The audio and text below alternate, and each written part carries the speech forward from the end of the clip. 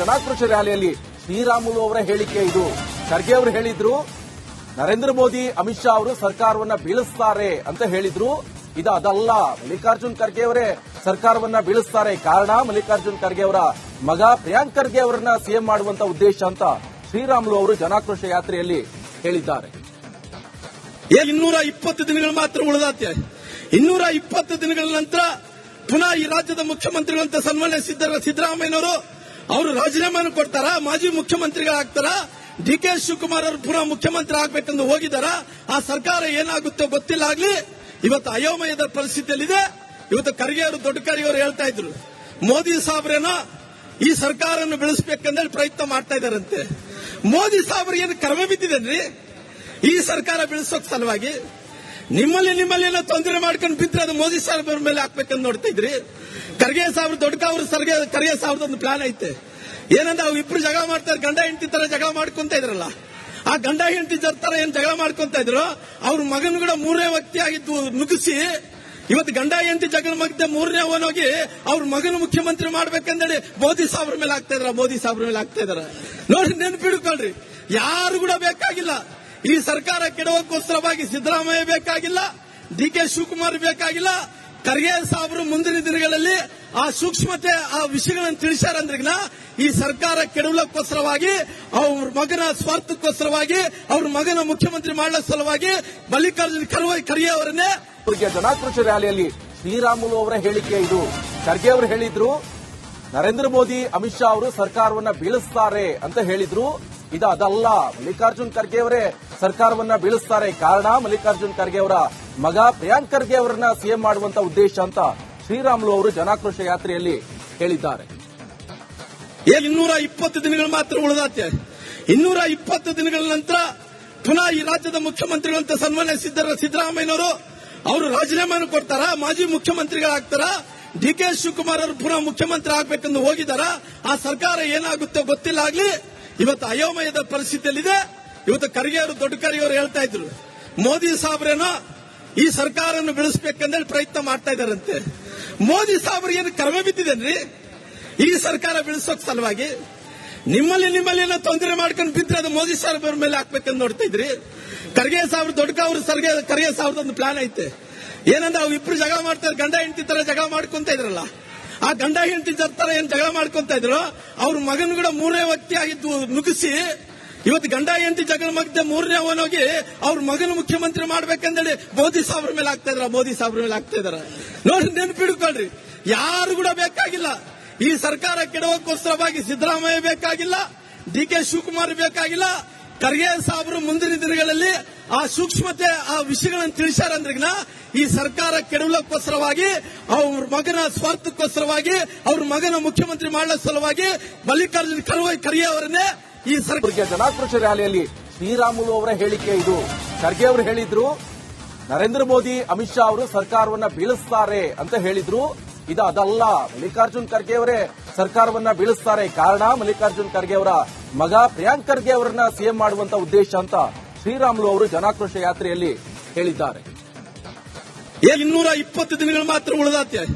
220 ದಿನಗಳ ನಂತರ ಪುನಃ ಈ ರಾಜ್ಯದ ಮುಖ್ಯಮಂತ್ರಿಗಳಂತ ಸನ್ಮಾನ್ಯ ಸಿದ್ದರಾಮಯ್ಯನವರು ಅವರು ರಾಜೀನಾಮೆಯನ್ನು ಕೊಡ್ತಾರ, ಮಾಜಿ ಮುಖ್ಯಮಂತ್ರಿಗಳಾಗ್ತಾರ, ಡಿಕೆ ಶಿವಕುಮಾರ್ ಅವರು ಪುನಃ ಮುಖ್ಯಮಂತ್ರಿ ಆಗ್ಬೇಕೆಂದು ಹೋಗಿದಾರ. ಆ ಸರ್ಕಾರ ಏನಾಗುತ್ತೋ ಗೊತ್ತಿಲ್ಲ. ಆಗ್ಲಿ ಇವತ್ತು ಅಯೋಮಯದ ಪರಿಸ್ಥಿತಿಯಲ್ಲಿದೆ. ಇವತ್ತು ಖರ್ಗೆ ಅವರು, ದೊಡ್ಡ ಖರ್ಗೆ ಅವರು ಹೇಳ್ತಾ ಇದ್ರು, ಮೋದಿ ಸಾಹೇಬ್ರೇನೋ ಈ ಸರ್ಕಾರವನ್ನು ಬೆಳೆಸಬೇಕಂದೇಳಿ ಪ್ರಯತ್ನ ಮಾಡ್ತಾ ಇದ್ದಾರಂತೆ. ಮೋದಿ ಸಾಹೇಬ್ರಿಗೆ ಏನು ಕರ್ಮ ಬಿದ್ದಿದೇನ್ರಿ ಈ ಸರ್ಕಾರ ಬೆಳೆಸೋಕ್ ಸಲುವಾಗಿ? ನಿಮ್ಮಲ್ಲಿ ತೊಂದರೆ ಮಾಡ್ಕೊಂಡು ಬಿದ್ರೆ ಅದು ಮೋದಿ ಸಾಹೇಬ್ರ ಮೇಲೆ ಹಾಕ್ಬೇಕಂತ ನೋಡ್ತಾ ಇದ್ರಿ. ಖರ್ಗೆ ಸಾಹೇಬ್ರು, ದೊಡ್ಡ ಖರ್ಗೆ ಸಾಹೇಬ್ರದೊಂದು ಪ್ಲಾನ್ ಐತೆ. ಏನಂದ್ರೆ ಅವು ಇಬ್ರು ಜಗಳ ಮಾಡ್ತಾರೆ, ಗಂಡ ಹೆಂಡತಿ ತರ ಜಗಳ ಮಾಡ್ಕೊಂತ ಇದ್ರಲ್ಲ. ಆ ಗಂಡ ಹೆಂಡತಿ ತರ ಏನ್ ಜಗಳ ಮಾಡ್ಕೊಂತ ಇದ್ರು, ಅವ್ರ ಮಗನ ಕೂಡ ಮೂರನೇ ವ್ಯಕ್ತಿ ಆಗಿದ್ದು ನುಗ್ಗಿಸಿ ಇವತ್ತು ಗಂಡ ಹೆಂಡತಿ ಜಗಳ ಮಧ್ಯೆ ಮೂರನೇ ಅವನೋಗಿ ಅವ್ರ ಮಗನ ಮುಖ್ಯಮಂತ್ರಿ ಮಾಡ್ಬೇಕಂದೇಳಿ ಮೋದಿ ಸಾಹೇಬ್ರ ಮೇಲೆ ಆಗ್ತಾ ಇದಾರ. ನೋಡಿ, ನೆನಪಿಡ್ಕೊಳ್ರಿ, ಯಾರು ಕೂಡ ಬೇಕಾಗಿಲ್ಲ. ಈ ಸರ್ಕಾರ ಕೆಡವಕ್ಕೋಸ್ಕರವಾಗಿ ಸಿದ್ದರಾಮಯ್ಯ ಬೇಕಾಗಿಲ್ಲ, ಡಿಕೆ ಶಿವಕುಮಾರ್ ಬೇಕಾಗಿಲ್ಲ. ಖರ್ಗೆ ಸಾಹೇಬರು ಮುಂದಿನ ದಿನಗಳಲ್ಲಿ ಆ ಸೂಕ್ಷ್ಮತೆ, ಆ ವಿಷಯಗಳನ್ನು ತಿಳಿಸ್ಯಾರಂದ್ರಿಗಿನ ಈ ಸರ್ಕಾರ ಕೆಡವಲಕ್ಕೋಸ್ಕರವಾಗಿ, ಅವ್ರ ಮಗನ ಸ್ವಾರ್ಥಕ್ಕೋಸ್ಕರವಾಗಿ, ಅವ್ರ ಮಗನ ಮುಖ್ಯಮಂತ್ರಿ ಮಾಡಲ ಸಲುವಾಗಿ ಮಲ್ಲಿಕಾರ್ಜುನ್ ಖರ್ಗೆ ಅವರನ್ನೇ ಈ ಸರ್ಕಾರ. ಜನಾಕ್ರೋಶ ರ್ಯಾಲಿಯಲ್ಲಿ ಶ್ರೀರಾಮುಲು ಅವರ ಹೇಳಿಕೆ ಇದು. ಖರ್ಗೆ ಅವರು ಹೇಳಿದ್ರು ನರೇಂದ್ರ ಮೋದಿ ಅಮಿತ್ ಶಾ ಅವರು ಸರ್ಕಾರವನ್ನ ಬೀಳಿಸ್ತಾರೆ ಅಂತ ಹೇಳಿದ್ರು. ಇದು ಅದಲ್ಲ, ಮಲ್ಲಿಕಾರ್ಜುನ್ ಖರ್ಗೆ ಅವರೇ ಸರ್ಕಾರವನ್ನ ಬೀಳಿಸ್ತಾರೆ. ಕಾರಣ ಮಲ್ಲಿಕಾರ್ಜುನ್ ಖರ್ಗೆ ಅವರ ಮಗ ಪ್ರಿಯಾಂಕ್ ಖರ್ಗೆ ಅವರನ್ನ ಸಿಎಂ ಮಾಡುವಂತ ಉದ್ದೇಶ ಅಂತ ಶ್ರೀರಾಮುಲು ಅವರು ಜನಾಕ್ರೋಶ ಯಾತ್ರೆಯಲ್ಲಿ ಹೇಳಿದ್ದಾರೆ. 220 ದಿನಗಳು ಮಾತ್ರ ಉಳಿದಾತೆ. 220 ದಿನಗಳ ನಂತರ ಪುನಃ ಈ ರಾಜ್ಯದ ಮುಖ್ಯಮಂತ್ರಿಗಳಂತ ಸನ್ಮಾನ್ಯ ಸಿದ್ದರಾಮಯ್ಯನವರು ಅವರು ರಾಜೀನಾಮೆಯನ್ನು ಕೊಡ್ತಾರ, ಮಾಜಿ ಮುಖ್ಯಮಂತ್ರಿಗಳಾಗ್ತಾರ, ಡಿಕೆ ಶಿವಕುಮಾರ್ ಅವರು ಪುನಃ ಮುಖ್ಯಮಂತ್ರಿ ಆಗ್ಬೇಕೆಂದು ಹೋಗಿದಾರ. ಆ ಸರ್ಕಾರ ಏನಾಗುತ್ತೋ ಗೊತ್ತಿಲ್ಲ. ಆಗ್ಲಿ ಇವತ್ತು ಅಯೋಮಯದ ಪರಿಸ್ಥಿತಿಯಲ್ಲಿದೆ. ಇವತ್ತು ಖರ್ಗೆ ಅವರು, ದೊಡ್ಡ ಖರ್ಗೆ ಅವರು ಹೇಳ್ತಾ ಇದ್ರು, ಮೋದಿ ಸಾಹೇಬ್ರೇನೋ ಈ ಸರ್ಕಾರವನ್ನು ಬೆಳೆಸಬೇಕಂದೇಳಿ ಪ್ರಯತ್ನ ಮಾಡ್ತಾ ಇದ್ದಾರಂತೆ. ಮೋದಿ ಸಾಹೇಬ್ರಿಗೆ ಏನು ಕರ್ಮ ಬಿದ್ದಿದೇನ್ರಿ ಈ ಸರ್ಕಾರ ಬೆಳೆಸೋಕ್ ಸಲುವಾಗಿ? ನಿಮ್ಮಲ್ಲಿ ಏನೋ ತೊಂದರೆ ಮಾಡ್ಕೊಂಡು ಬಿದ್ರೆ ಅದು ಮೋದಿ ಸಾಹೇಬ್ರ ಮೇಲೆ ಹಾಕ್ಬೇಕಂತ ನೋಡ್ತಾ ಇದ್ರಿ. ಖರ್ಗೆ ಸಾಹೇಬ್ರು, ದೊಡ್ಡ ಖರ್ಗೆ ಸಾಹೇಬ್ರ ಒಂದು ಪ್ಲಾನ್ ಐತೆ. ಏನಂದ್ರೆ ಅವು ಇಬ್ರು ಜಗಳ ಮಾಡ್ತಾರೆ, ಗಂಡ ಹೆಂಡತಿ ತರ ಜಗಳ ಮಾಡ್ಕೊಂತ ಇದ್ರಲ್ಲ, ಆ ಗಂಡ ಹೆಂಡತಿ ತರ ಏನ್ ಜಗಳ ಮಾಡ್ಕೊಂತ ಇದ್ರು, ಅವ್ರ ಮಗನ ಕೂಡ ಮೂರನೇ ವ್ಯಕ್ತಿ ಆಗಿದ್ದು ನುಗ್ಗಿಸಿ ಇವತ್ತು ಗಂಡ ಹೆಂಡತಿ ಜಗಳ ಮಧ್ಯೆ ಮೂರನೇ ಅವನೋಗಿ ಅವ್ರ ಮಗನ ಮುಖ್ಯಮಂತ್ರಿ ಮಾಡ್ಬೇಕಂದೇಳಿ ಮೋದಿ ಸಾಹೇಬ್ರ ಮೇಲೆ ಆಗ್ತಾ ಇದಾರ. ನೋಡಿ, ನೆನಪಿಡ್ಕೊಳ್ರಿ, ಯಾರು ಕೂಡ ಬೇಕಾಗಿಲ್ಲ. ಈ ಸರ್ಕಾರ ಕೆಡವಕ್ಕೋಸ್ಕರವಾಗಿ ಸಿದ್ದರಾಮಯ್ಯ ಬೇಕಾಗಿಲ್ಲ, ಡಿಕೆ ಶಿವಕುಮಾರ್ ಬೇಕಾಗಿಲ್ಲ. ಖರ್ಗೆ ಸಾಹೇಬರು ಮುಂದಿನ ದಿನಗಳಲ್ಲಿ ಆ ಸೂಕ್ಷ್ಮತೆ, ಆ ವಿಷಯಗಳನ್ನು ತಿಳಿಸ್ಯಾರಂದ್ರಿಗಿನ ಈ ಸರ್ಕಾರ ಕೆಡವಲಕ್ಕೋಸ್ಕರವಾಗಿ, ಅವ್ರ ಮಗನ ಸ್ವಾರ್ಥಕ್ಕೋಸ್ಕರವಾಗಿ, ಅವ್ರ ಮಗನ ಮುಖ್ಯಮಂತ್ರಿ ಮಾಡಲ ಸಲುವಾಗಿ ಮಲ್ಲಿಕಾರ್ಜುನ್ ಖರ್ಗೆ ಅವರನ್ನೇ ಈ ಸರ್ಕಾರ. ಜನಾಕ್ರೋಶ ರ್ಯಾಲಿಯಲ್ಲಿ ಶ್ರೀರಾಮುಲು ಅವರ ಹೇಳಿಕೆ ಇದು. ಖರ್ಗೆ ಅವರು ಹೇಳಿದ್ರು ನರೇಂದ್ರ ಮೋದಿ ಅಮಿತ್ ಶಾ ಅವರು ಸರ್ಕಾರವನ್ನ ಬೀಳಿಸ್ತಾರೆ ಅಂತ ಹೇಳಿದ್ರು. ಇದು ಅದಲ್ಲ, ಮಲ್ಲಿಕಾರ್ಜುನ್ ಖರ್ಗೆ ಅವರೇ ಸರ್ಕಾರವನ್ನ ಬೀಳಿಸ್ತಾರೆ. ಕಾರಣ ಮಲ್ಲಿಕಾರ್ಜುನ್ ಖರ್ಗೆ ಅವರ ಮಗ ಪ್ರಿಯಾಂಕ್ ಖರ್ಗೆ ಅವರನ್ನ ಸಿಎಂ ಮಾಡುವಂತ ಉದ್ದೇಶ ಅಂತ ಶ್ರೀರಾಮುಲು ಅವರು ಜನಾಕ್ರೋಶ ಯಾತ್ರೆಯಲ್ಲಿ ಹೇಳಿದ್ದಾರೆ. 220 ದಿನಗಳು ಮಾತ್ರ ಉಳಿದಾತೆ.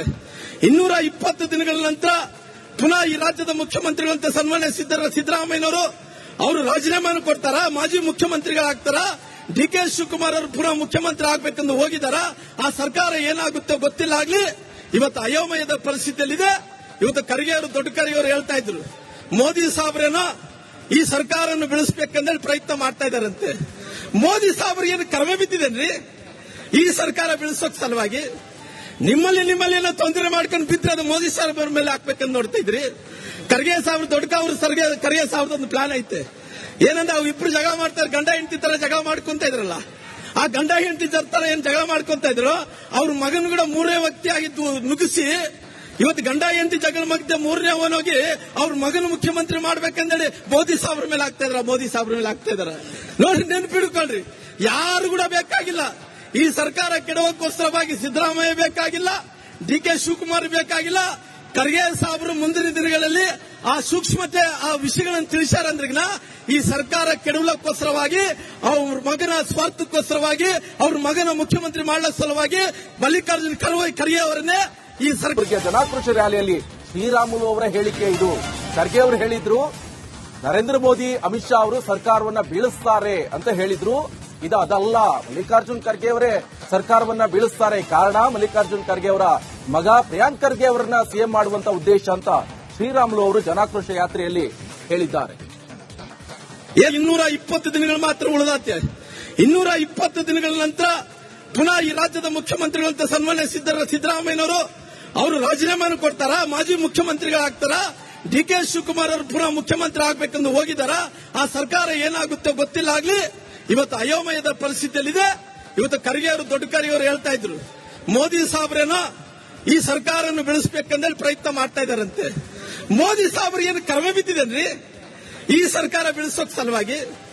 ನಿಮ್ಮಲ್ಲಿ ಏನೋ ತೊಂದರೆ ಮಾಡ್ಕೊಂಡು ಬಿದ್ರೆ ಅದು ಮೋದಿ ಸಾಹೇಬ್ರ ಮೇಲೆ ಹಾಕ್ಬೇಕಂತ ನೋಡ್ತಾ ಇದ್ರಿ. ಖರ್ಗೆ ಸಾಹೇಬ್ರು, ದೊಡ್ಡ ಖರ್ಗೆ ಸಾಹೇಬ್ರ ಒಂದು ಪ್ಲಾನ್ ಐತೆ. ಏನಂದ್ರೆ ಅವು ಇಬ್ರು ಜಗಳ ಮಾಡ್ತಾರೆ, ಗಂಡ ಹೆಂಡತಿ ತರ ಜಗಳ ಮಾಡ್ಕೊಂತ ಇದ್ರಲ್ಲ, ಆ ಗಂಡ ಹೆಂಡತಿ ತರ ಏನ್ ಜಗಳ ಮಾಡ್ಕೊಂತ ಇದ್ರು, ಅವ್ರ ಮಗನ ಕೂಡ ಮೂರನೇ ವ್ಯಕ್ತಿ ಆಗಿದ್ದು ನುಗ್ಗಿಸಿ ಇವತ್ತು ಗಂಡ ಹೆಂಡತಿ ಜಗಳ ಮಧ್ಯೆ ಮೂರನೇ ಅವನೋಗಿ ಅವ್ರ ಮಗನ ಮುಖ್ಯಮಂತ್ರಿ ಮಾಡ್ಬೇಕಂದೇಳಿ ಮೋದಿ ಸಾಹೇಬ್ರ ಮೇಲೆ ಆಗ್ತಾ ಇದಾರ. ನೋಡಿ, ನೆನಪಿಡ್ಕೊಳ್ರಿ, ಯಾರು ಕೂಡ ಬೇಕಾಗಿಲ್ಲ. ಈ ಸರ್ಕಾರ ಕೆಡವಕ್ಕೋಸ್ಕರವಾಗಿ ಸಿದ್ದರಾಮಯ್ಯ ಬೇಕಾಗಿಲ್ಲ, ಡಿಕೆ ಶಿವಕುಮಾರ್ ಬೇಕಾಗಿಲ್ಲ. ಖರ್ಗೆ ಸಾಹೇಬರು ಮುಂದಿನ ದಿನಗಳಲ್ಲಿ ಆ ಸೂಕ್ಷ್ಮತೆ, ಆ ವಿಷಯಗಳನ್ನು ತಿಳಿಸ್ಯಾರಂದ್ರಿಗಿನ ಈ ಸರ್ಕಾರ ಕೆಡವಲಕ್ಕೋಸ್ಕರವಾಗಿ, ಅವ್ರ ಮಗನ ಸ್ವಾರ್ಥಕ್ಕೋಸ್ಕರವಾಗಿ, ಅವ್ರ ಮಗನ ಮುಖ್ಯಮಂತ್ರಿ ಮಾಡಲ ಸಲುವಾಗಿ ಮಲ್ಲಿಕಾರ್ಜುನ್ ಖರ್ಗೆ ಅವರನ್ನೇ